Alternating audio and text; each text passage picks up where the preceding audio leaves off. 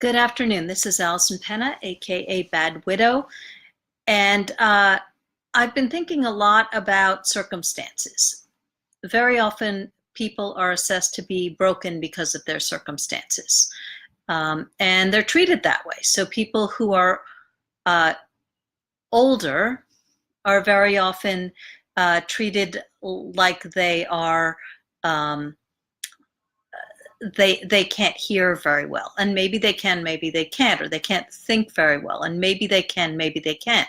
It's not a given that they can't. I know very sharp 90-year-olds. So the point is that you are not your circumstances, and there are two kinds of circumstances because life happens, right? So there are behaviors. For example, when I was a kid, I was a skinny little kid and I could eat anything and I ate enormous amounts of food. And then I hit puberty and I was very dismayed to start gaining weight really fast. And so I had to modify my behavior somewhat because the behavior that I had done before, which had worked fine, no longer worked.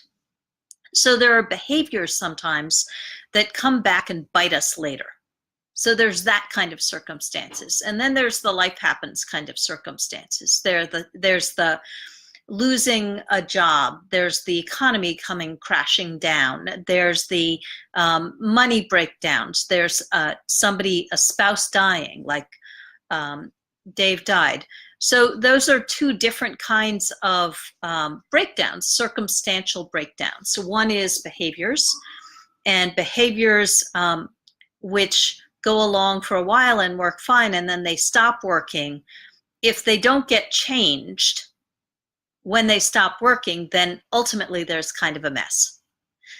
And a mess, as it gets messier and as it gets ignored, takes longer to clean up.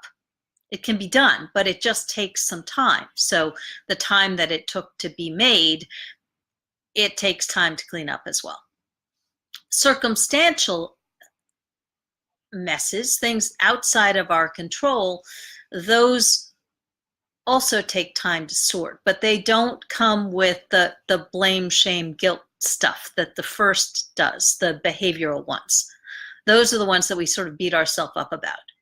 The life ones are the ones that we go, oh my gosh, how could this happen to me? I can't even believe it. I didn't deserve this. And it's true, but you still have to deal with it.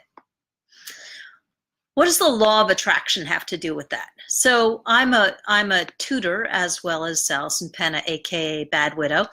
And so I love pulling apart words. So attraction, it has the word attract, but it also has the words action and act. So it's necessary I've discovered it's necessary, especially in a contracted place, in a place where the circumstances are tough, and it's really hard to see anything bigger than just getting the bills paid somehow. So any kind of bigger vision, self-care, travel, anything bigger is really hard to see from that contracted space. So the law of attraction is about dreaming into that bigger space, even if that's not the current circumstances. But there's also the words act and action. So there's the dreaming piece, and then there's the making a move.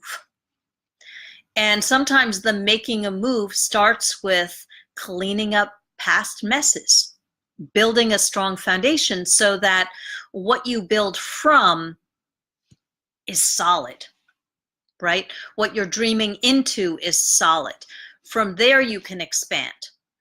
Otherwise, you're building on sand, and like sand, it'll come down. So the two kinds of circumstances, life happens, and behavioral stuff that it doesn't get changed once it stops working for a while. Creates a mess. That mess has to be cleaned up. That's it.